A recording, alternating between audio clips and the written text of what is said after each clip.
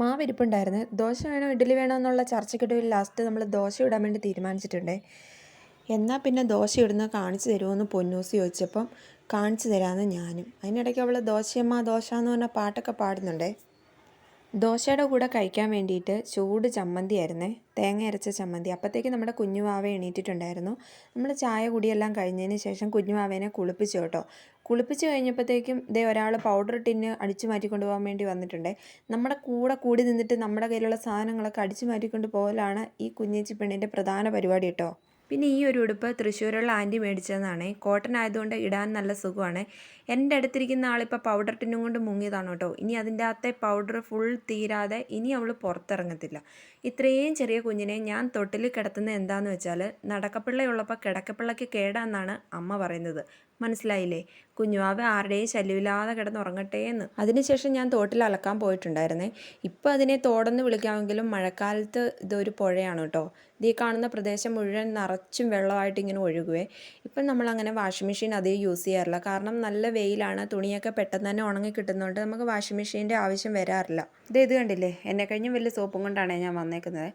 കാണാനൊക്കെ നല്ല രസമാണ്. ഇവിടെ അലക്കാനും കുളിക്കാനൊക്കെ വൈകുന്നേരമൊക്കെ ആകുമ്പോഴത്തേക്കും ഇഷ്ടംപോലെ ആൾക്കാർ വരാറുണ്ട് കേട്ടോ. ലാസ്റ്റ് ദിവസം ഞാൻ വന്നതിലും ഇപ്പം വെള്ളം നന്നായിട്ട് കുറഞ്ഞിട്ടുണ്ട്. ഇനിയിപ്പോൾ വെയിൽ കൂടുന്നതിനനുസരിച്ച് വെള്ളം നന്നായി കുറഞ്ഞുകൊണ്ടേയിരിക്കും. പിന്നെ നേരം പോക്കിന് ചൂണ്ടയിടാനൊക്കെ ആൾക്കാരും വരാറുണ്ട്. ഞാൻ അലക്കിയ തുണിയൊക്കെ വെളുത്താലും ഇല്ലെങ്കിലും ഞാൻ അലക്കിയ കല്ലൊക്കെ നല്ല വൃത്തിക്ക് വെളുപ്പിച്ചെടുത്തിട്ടുണ്ട്. ഇതുവരെയുള്ള കാര്യങ്ങൾ വളരെ സിമ്പിളായിട്ട് നടന്നു കേട്ടോ. ഇനി നടക്കുന്ന ഈ കാര്യമുണ്ടല്ലോ, ഈ തുണി വിരിച്ചിടലും ഉണങ്ങിയ തുണി മടക്കി വെക്കുന്നതും. എൻ്റെ അമ്മോ, ഇത്രയും മടിയുള്ള പണി വേറെ ഒന്നുമില്ല കേട്ടോ. ഇവിടെ ഇപ്പം സമയം 11 മണി ആയതേ ഉള്ളൂ. ഇവിടെ ഒന്നും നിൽക്കാനേ പറ്റത്തില്ല, ഭയങ്കര വെയിലാണേ. സൂര്യനാണെങ്കിൽ എൻ്റെ തലയുടെ മുകളിൽ നിന്ന് കത്തുന്ന അവസ്ഥയാണേ. മുകളിലോട്ടൊന്നും നോക്കാനേ പറ്റുന്നില്ല കേട്ടോ. എൻ്റെ അമ്മോ, അവിടെ തന്നെ എൻ്റെ തലയുടെ കറക്റ്റ് മുകളിൽ തന്നെയാണേ സൂര്യനെ. അങ്ങനെ തുണിയൊക്കെ വിരിച്ചിട്ട് ഇപ്പം ഞാനും കൂടെ ഇവിടെ ഉണങ്ങാൻ വേണ്ടി കിടക്കേണ്ട അവസ്ഥയാട്ടോ. ഫുൾ നനഞ്ഞു. പിന്നെ ഇന്നലെ നമുക്കൊരു കരിക്ക് കിട്ടിയിട്ടുണ്ടായിരുന്നു. ഇതിപ്പോൾ പട്ടിയുടെ കയ്യിൽ മുഴുവൻ തേങ്ങ കിട്ടിയ അവസ്ഥയാണ്. ഇതെങ്ങനെ വെട്ടണം എന്ന് എനിക്ക് അറിഞ്ഞുകൂടാ. ഇങ്ങനെയോ അതോ തലതിരിച്ചോ ആണ് വെട്ടേണ്ടത് എന്ന് എനിക്കറിയാം, പക്ഷേ ഇത് വെട്ടാൻ അറിഞ്ഞുകൂടാ. അതുകൊണ്ട് പിന്നെ ഞാൻ ഒരു തരത്തിൽ തേങ്ങ പൊതിക്കുന്ന പോലെ ഞാൻ കൊത്തി പൊതിച്ചു. അങ്ങനെ ഒറ്റ കൊത്തിന് തന്നെ നമ്മുടെ തേങ്ങാ വെള്ളം എല്ലാം കൂടെ പുറത്ത് വന്നിട്ടുണ്ട്. കണ്ട, ഞാൻ പറഞ്ഞില്ലേ, കുറേ വെള്ളം ഉണ്ടായിരുന്നു കേട്ടോ. നല്ല മധുരം ഉണ്ടായിരുന്നു. ആദ്യം നമുക്ക് കൊച്ചിന് കൊണ്ട് കൊടുക്കാം കേട്ടോ. എന്താ പറയുന്നതെന്ന് നോക്കാവേ. ഇഷ്ടപ്പെട്ടു എന്നാണ് അവൾ പറഞ്ഞത്. അതിനുശേഷം നമ്മളിത് പുറത്തേക്കൊന്ന് പോകാൻ വേണ്ടിയിട്ട് റെഡി ആയിട്ടുണ്ടായിരുന്നേ. റേഷൻ കടയിലും പോകണം, പിന്നെ മുടിയും വെട്ടണേ, കുഞ്ഞിൻ്റെ മുടിയും വെട്ടണമായിരുന്നേ.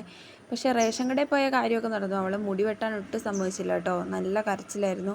എന്താണെന്നറിയില്ല, ചില സമയത്ത് മുടി വെട്ടാൻ പോയാൽ അവൾ ഇരിക്കും, പക്ഷേ ചില സമയത്ത് ഇരിക്കത്തില്ല.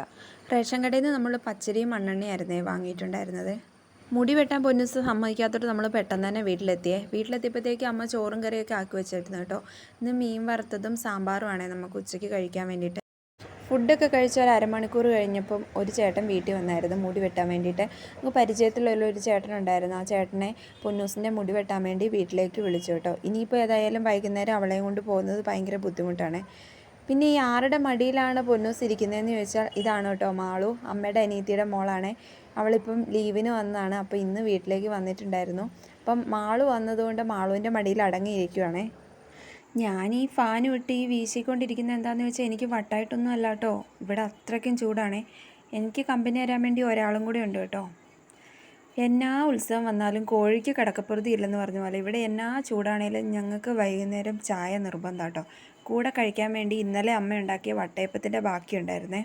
ഇന്നൊരു കസിൻ വന്നെന്ന് പറഞ്ഞില്ലേ, മാളു. അവൾ വന്നതുകൊണ്ട് കുറച്ച് നേരത്തെ ആണെന്നേ ഉള്ളൂ ചായ കുടി.